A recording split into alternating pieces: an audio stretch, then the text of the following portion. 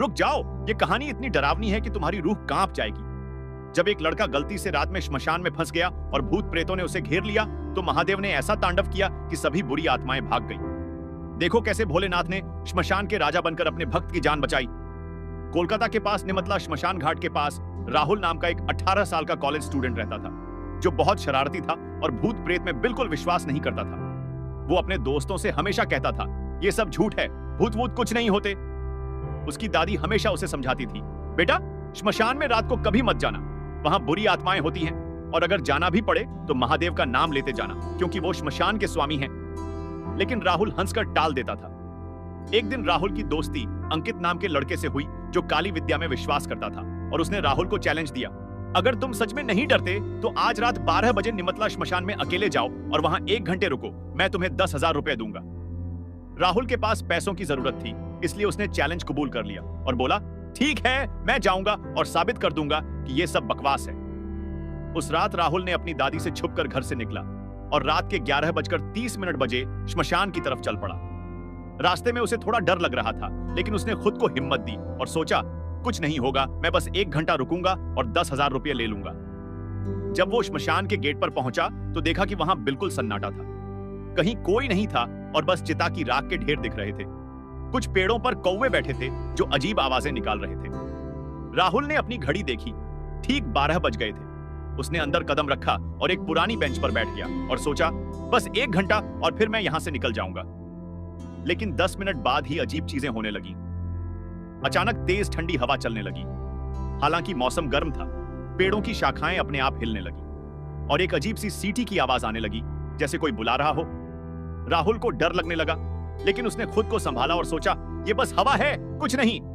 तभी उसने देखा कि एक चिता की राख अपने आप उड़कर घूमने लगी और उसमें से एक आकृति बनने लगी।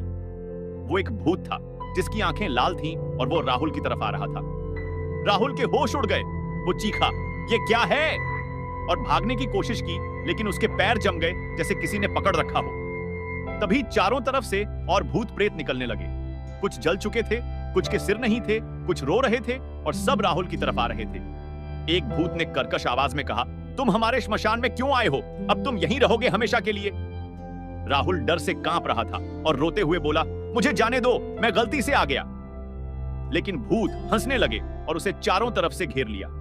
एक भूत ने राहुल का हाथ पकड़ लिया, जो बर्फ की तरह ठंडा था, और उसे खींचने लगा। राहुल चीख रहा था, बचाओ, कोई बचाओ। लेकिन श्मशान में कोई नहीं था। तभी उसे अपनी दादी की बात याद आई, अगर मुसीबत हो तो महादेव का नाम लो, वो श्मशान के स्वामी हैं।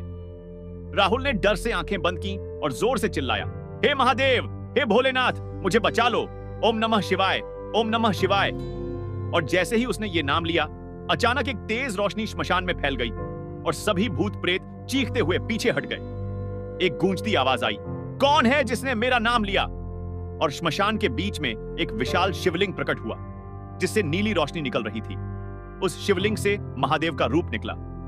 उनके गले में मुंडमाला थी, हाथ में त्रिशूल था, शरीर पर भभूत लगी थी और वो श्मशान के स्वामी की तरह दिख रहे थे। सभी भूत प्रेत जमीन पर गिरकर महादेव को प्रणाम करने लगे, क्योंकि वो जानते थे कि महादेव ही श्मशान के असली राजा हैं। महादेव ने राहुल की तरफ देखा और पूछा, तुम यहां क्यों आए हो बेटा? राहुल रोते हुए बोला, प्रभु, मैं मूर्खता से पैसों के लिए चैलेंज लेकर आया था, मुझे माफ कर दो और बचा लो।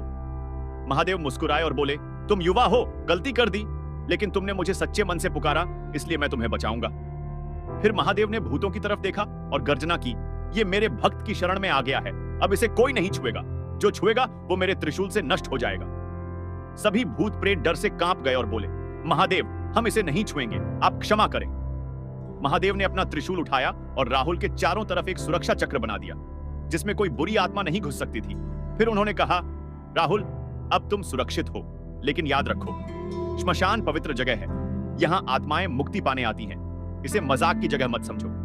और हमेशा याद रखो कि मैं हर जगह हूं, खासकर श्मशान में, क्योंकि यहां जीवन और मृत्यु मिलते हैं। राहुल ने रोते हुए महादेव के चरण छुए और बोला, प्रभु, मुझे माफ करें, अब मैं कभी ऐसी गलती नहीं करूंगा और आपकी सच्ची भक्ति करूंगा। महादेव ने राहुल के सिर पर हाथ रखा और आशीर्वाद दिया। फिर एक तेज रोशनी फैली और राहुल अपने आप श्मशान के बाहर खड़ा था। वो हैरान था कि कैसे वो बाहर आ गया। घड़ी में रात के 3 बज रहे थे। राहुल दौड़कर घर पहुंचा और अपनी दादी के पैर पकड़कर रोने लगा और पूरी कहानी बताई। दादी ने कहा, मैंने तुझे कहा था ना बेटा, महादेव सबकी रक्षा करते हैं, लेकिन उनका अपमान नहीं करना चाहिए। उस दिन के बाद राहुल पूरी तरह बदल गया। उसने शिव भक्ति शुरू कर दी और हर सोमवार व्रत रखने लगा। उसने अंकित को भी पूरी सच्चाई बताई, जो सुनकर हैरान रह गया, और उसने भी ऐसे चैलेंज देना बंद कर दिया। आज राहुल एक शिव मंदिर में पुजारी है और लोगों को बताता है, मैंने महादेव को अपनी आंखों से देखा है, वो सच में श्मशान के स्वामी हैं और हर जगह हैं, उन्हें कभी भूलना मत।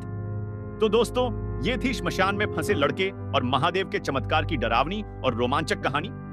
अगर पसंद आई तो लाइक करें, चैनल सब्सक्राइब करें, घंटी दबाएं और कमेंट में हर हर महादेव, ओम नमः शिवाय, बम बम भोले लिखें, शेयर करें ताकि सब जाने कि भोलेनाथ की शक्ति कितनी महान है। जय महाकाल।